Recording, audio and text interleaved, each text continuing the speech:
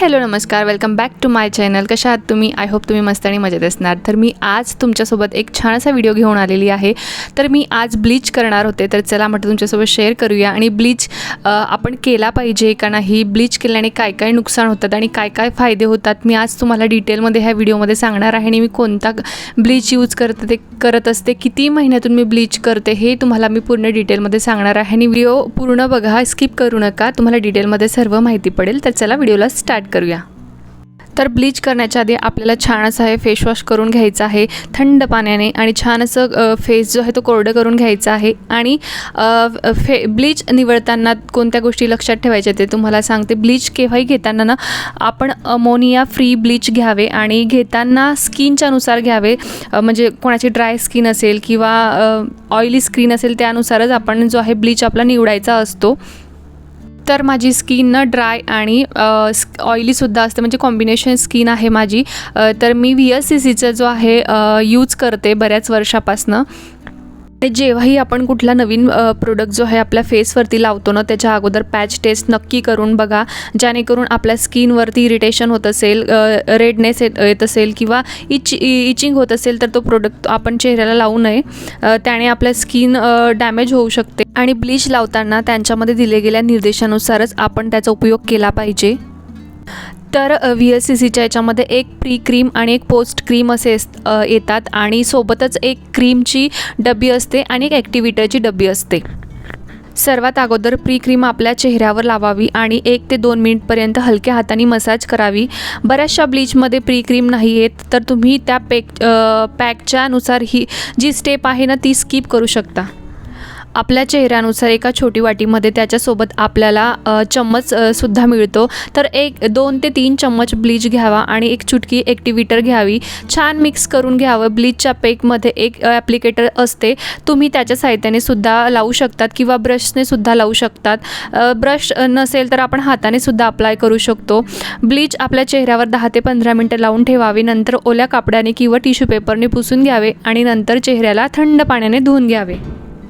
Bleach cream आणि ॲक्टिव्हेटर mix होईपर्यंत चांगलं मिक्स करून घ्यायचं, जेणेकरून एकजीव होईल आणि मगच तो आपल्या चेहऱ्यावरती लावावा. तर ज्याची स्किन म्हणजे एकदम जास्त गोरी असेल ना, त्याने फक्त 10 मिनटं ठेवावे, आणि थोडीशी नॉर्मल स्किन असेल माझ्या स्किन टोनसारखी, तर त्यांनी 15 मिनटं ठेवावे. तर मी 15 मिनटं ठेवणार आहे. आणि ब्लीच झाल्यानंतर ना साबण वगैरे लावायचा नाही आहे आपल्याला चेहऱ्याला, नुसतं साध्या पाण्याने धुवायचं आहे आणि लगेच उन्हामध्ये जायचं नाही आहे, आणि त्याच्यावरती दुसरं काहीच आपल्याला अप्लाय करायचं नाही आहे. तर आपण आपल्या फेसवरती ब्लीच कशा प्रकारे अप्लाय करू शकतो, मी तुम्हाला ती प्रोसेस सांगितलेली आहे. आता ब्लीचचे काय फायदे आहेत ते तुम्हाला मी सांगते. ब्लीच केल्याने आपल्याला आपल्या चेहऱ्यावरती काय फायदे होतात ते तुम्हाला सांगते. स्किनची टॅनिंग कमी करण्यासाठी आपण ब्लीचचा उपयोग करतो. आणि ब्लीच एक असा केमिकल आहे जो लाईटनिंग आणि ब्राईटनिंगसाठी प्रभावी मानला जातो. स्किनवर ग्लो येतो, आणि ब्लीच केल्याने चेहऱ्यावर एक वेगळीच चमक येते. चेहरा आधीपेक्षा आपला उजळलेला असतो, आणि चेहऱ्यावर काळे डाग, काळे धब्बे असतील तर ते हलके होण्यासाठी मदत होते. आपल्या चेहऱ्यावर जे बारीक केस असतात ना, त्याच्यामुळे स्किनचा रंग थोडासा डळ दिसतो आणि काळा दिसतो.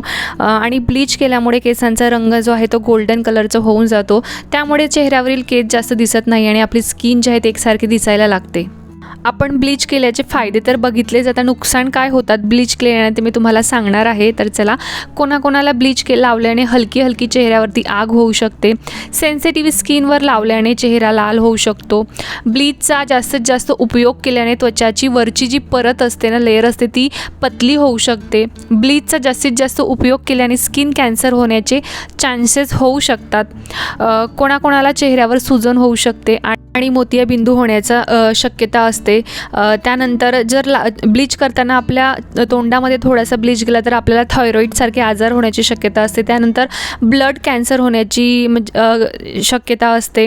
त्यानंतर चेहऱ्यावरती काळे डाग धब्बे होऊ शकतात. आपली स्किन जी आहे ना बर्न सुद्धा होऊ शकते. ब्लीच ॲक्च्युली एक केमिकल आहे आणि खूप जास्त स्ट्रॉंग केमिकल असतो. अमोनिया त्याच्यामध्ये यूज केलेला असतो. जर तुमची स्किन सेन्सिटिव्ह असेल तर तुमची स्किन रिॲक्टिव्ह करू शकते, आणि ड्राय असेल तुमची स्किन तर ऑब्वियसली जे आहे ते तुमच्या स्किनवरती त्याचा जो परिणाम आहे तो दिसेल. आणि जर तुमची स्किन कोणतेही केमिकल हँडल करू शकत नसेल, तर ड्राय स्किन असेल, सेन्सिटिव्ह स्किन असेल, तर तुम्ही ब्लीच केल्याने तुमच्या चेहऱ्यावर प्रॉब्लेम होऊ शकतात. कारण की तो स्किनचा एक केमिकल व्हॅल्यू असतो ज्याला आपण pH म्हणतो आणि त्याला तो डिस्टर्ब करून देतो. जेव्हा स्किनचे केमिकल व्हॅल्यू pH डिस्टर्ब होऊन जातो तर स्किनमध्ये अजून सेन्सिटिव्हिटीज येते आणि कलर अजून डल होऊन जातो आणि आपल्याला बर्नसुद्धा होऊ शकते. तर जेव्हाही आपल्याला ब्लीच करायचं असेल ना, 2-3 महिन्यानंतर तुम्ही ब्लीच करा.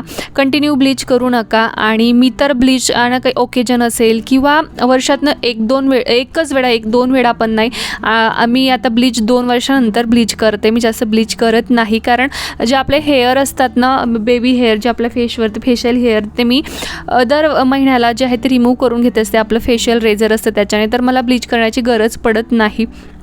सो माझं ब्लीच करून झालेलं आहे. मी छान असं थंड पाण्याने जे आहे ते फेस वॉश करून आलेली आहे. छान चेहरा मी कोरडा करून घेतलेला आहे आणि त्यानंतर मग पोस्ट ब्लीच पॅक जो आहे तो अप्लाय करायचा आहे आणि छान स्किनला थोडंसं मसाज करायचं जोपर्यंत तो आपल्या स्किनमध्ये ऑब्झर्व होणार नाही तोपर्यंत.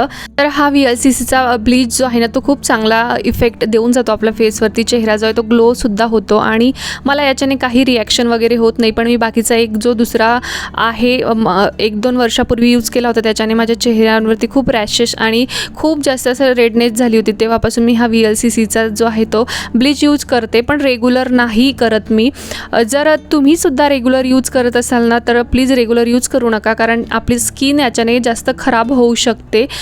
कधीतरी आपण यूज केलं तर चालेल, कारण याच्यामध्ये खूप हार्श केमिकल टाकलेले असतात आणि आपली स्किन जी आहे चेहऱ्याची ती खूप सेन्सिटिव्ह असते. त्यामुळे ना जो आहे तो तुम्ही कमीत कमी ब्लीच करण्याचा प्रयत्न करा. तर तुम्हाला पूर्ण प्रोसेस मी सांगितलेली आहे आणि फायदे नुकसानही तुम्हाला सांगितलेले आहे. आणि चला, तुम्हाला फायनल जो आहे तो मी कसा माझ्या चेहऱ्यावरती इफेक्ट आलेला आहे तो तुम्हाला मी दाखवून देते. तर छान अशी मसाज करून झालेली आहे माझी हलवा हाताने. चला फायनल इफेक्ट तुम्ही बघू शकता. हा कुठलाही फिल्टर वगैरे मी लावलेला नाही. माझी स्किनवरती टचवूड एकही दाग धब्बा नाही आहे. फक्त तुम्हाला माझ्या डोक्यावरती तो गड्डा दिसत असेल ना, तो मला कांजण्या झाल्या होत्या 2-3 वर्षापूर्वी, त्याचा आहे. तर चला, व्हिडिओ आवडला असेल लाईक, शेअर, सबस्क्राईब करायला विसरू नका. Bye bye.